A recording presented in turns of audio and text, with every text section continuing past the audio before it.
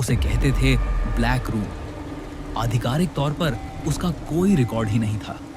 मुझे सिर्फ एक रात के लिए वहां भेजा गया था, नजर रखने और डेटा दर्ज करने के लिए। लेकिन जैसे ही मैं पहुंचा, मुझे महसूस हुआ हवा में कुछ था, जैसे वो जगह खुद नहीं चाहती थी कि मैं वहां रहूं। उन्होंने कहा था कि वो कमरा 1997 से बंद है, एक हादसे के बाद जिसके बारे में कोई बात नहीं करता।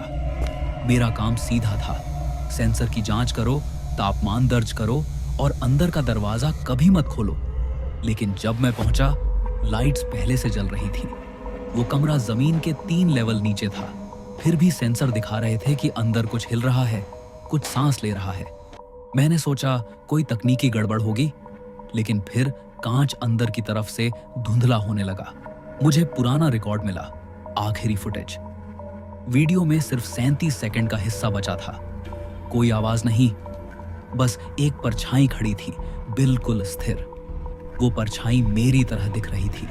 मुझे वहीं रुक जाना चाहिए था, लेकिन उस अंधेरे में कुछ था, जैसे वो मुझे बुला रहा हो। मेरा पास अभी भी काम कर रहा था।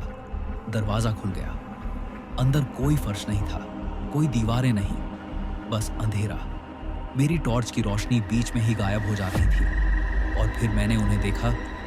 दर्जनों आकृतियां, सब मेरी तरह, मेरी ही शक्ल, मेरी ही आंखें, लेकिन सब स्थिर खड़े थे, मेरी तरफ पीठ करके। अचानक अंधकार में से एक आकृति मुड़ी। वो मैं ही था, लेकिन उसकी आंखें चमक रही थी। उसने बस इतना कहा, हमने तुम्हें कहा था वापस मत आना। वो गूंज नहीं थी, वो मैं नहीं था। पिछले हफ्ते उन्होंने उस जगह को पूरी तरह बंद कर दिया, सब कुछ सील कर दिया गया।